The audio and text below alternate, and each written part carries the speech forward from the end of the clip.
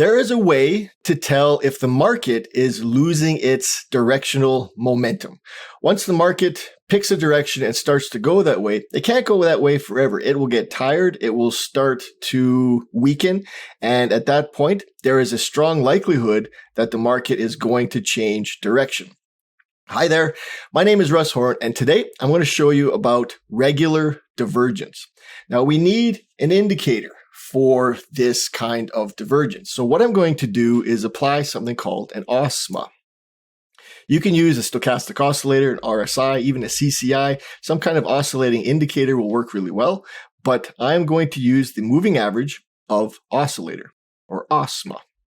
And you're going to notice the settings are that of the MACD. It is essentially the two-line MACD histogram. It's a 12, 26, and 9. And the colors I've made red, and I've thickened the outline a little bit. So I'm going to apply that to the chart. Now, when it comes to the price and it comes to the indicator, we are relating the indicator to the price. The price is going to make swing highs and swing lows, and the indicator is going to make corresponding swing highs and swing lows. We have a swing low made by the price, and we have a swing low made by the indicator. We've got a lower swing low made by the price and a lower swing low made by the indicator.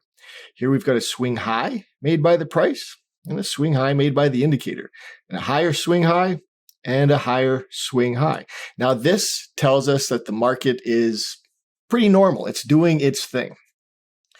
When we are looking for a retrace or a reversal, what we're going to see is the indicator essentially giving us the heads up to a behind the scenes aspect of the market.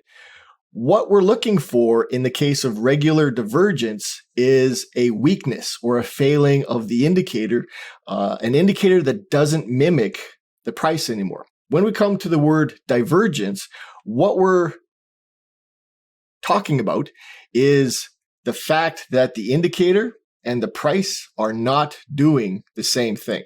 When we looked at this example here, the swing low followed by a lower swing low, the indicator made a swing low followed by a lower swing low. They are doing the same thing. There is no divergence at this point. But when I look at this swing low followed by its lower swing low, I can see that the indicator makes a swing low followed by a higher swing low.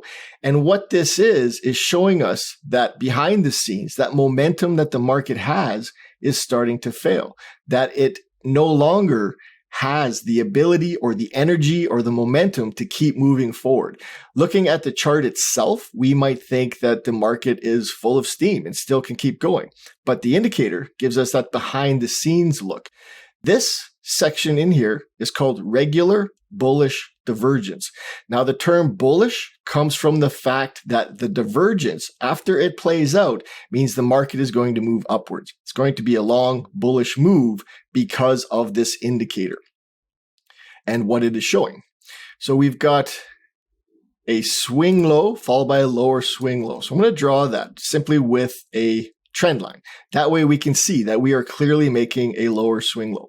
And I'm going to connect those corresponding or the correlating swing lows on the indicator with another trend line. And we can see that they are absolutely doing different things. On the price, it's sloping down, and on the indicator, it's sloping up. Now, I want to take a look at these trend lines as a springboard. When I'm looking at bullish divergence and the market wants to go up, making lower lows, the trend line must be drawn underneath so it can bounce off of it and jump away. So if I'm drawing a trend line underneath on the price, I'm going to be drawing a trend line underneath on the indicator as well. Now, there's a few different ways to trade this. One of my favorite ways is simply by throwing on a trend line. So this is an actual real trend line. I connect a swing high with a lower swing high, and when I get a close above the trend line, I'm good for a long trade. You can see how the market moves up from there. So this is regular bullish divergence. Again, the bullish comes from this divergence setup, making the trade go long. Let's take a look at the opposite, bearish divergence. Now we get a bearish divergence setup right in here. The price is making consecutively higher highs and higher lows. So it looks as though we have something of a short-term uptrend. It is making those higher highs and higher lows, and it looks like everything is good. We look at the indicator though, and the correlating or the corresponding highs are getting lower on the indicator. So that suggests that the momentum is starting to fail, that it is not going to have the energy, the steam to be able to keep moving forward. So again, what I'm going to do is draw a trend line underneath the market, connect point 1 and point 2. And when I get a close below the trend line, I am good for a short trade. So let's draw just a trend line across the price. I can see that we are definitely getting higher, and across the top of the indicator, we are definitely getting lower. So they are diverging. They are not doing the same thing. And this is where that term divergence comes from. The fact that the indicator and the price are doing two completely different things. So this is regular bearish divergence. Because of the divergence that shows up, the market wants to drop. It wants to fall down. We can take a short trade after we see this divergence setup. We've got another couple of examples here. Again, you don't have to look too far to find them. They show up pretty regularly. We've got a market making a swing high, followed by a second swing high. So I'm going to connect these just so we can see that the slope is up. And now the corresponding swing highs on the indicator, in this case, the OSMA. Swing high, followed by a lower swing high. And I can connect those. And what happens as a result is a market that drops off. This is regular bearish divergence. Now, if I draw a trend line underneath, we could take a short trade in this region here after it closes below the trend line. You may have your own entry. You may use a stochastic oscillator or an RSI or any one of a number of different ways. But I have the trend line drawn, and this is my ideal entry. So we've got regular bearish divergence. And then right away, what we get in here is regular bullish divergence. Price is making a lower swing low. So we've got one swing low followed by a second lower swing low. And the indicator is making a swing low followed by a higher swing low. Again, these swing highs and lows that we look at have to correlate or correspond to one another. I can't be looking at this swing low and seeing something in here or in here. They have to be right underneath each other. So we've got a market making lower lows and an indicator making higher lows.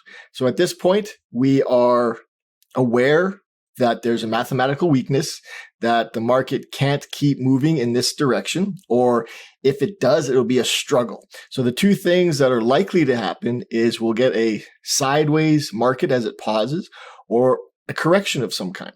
And in this case, we get a very nice correction. Again, I can draw a trend line from point 1 to point 2. And when we get a close above the trend line, we could go for a long trade. Again, you may have a different entry method that you like. For me, I do like the trend lines when it comes to divergence trades. So that is regular bullish and regular bearish divergence. When I draw the trend lines on the price, I want them to act as a springboard so that the market will jump off that trend line and move away from it. And that should help you keep the trend line on the right side of the market. It's not technically a trend line. It's just the slope line that we're connecting the highs and the lows with, just to see that we have that divergence aspect. But the price will want to bounce off of that line. And from there, we're in a trade.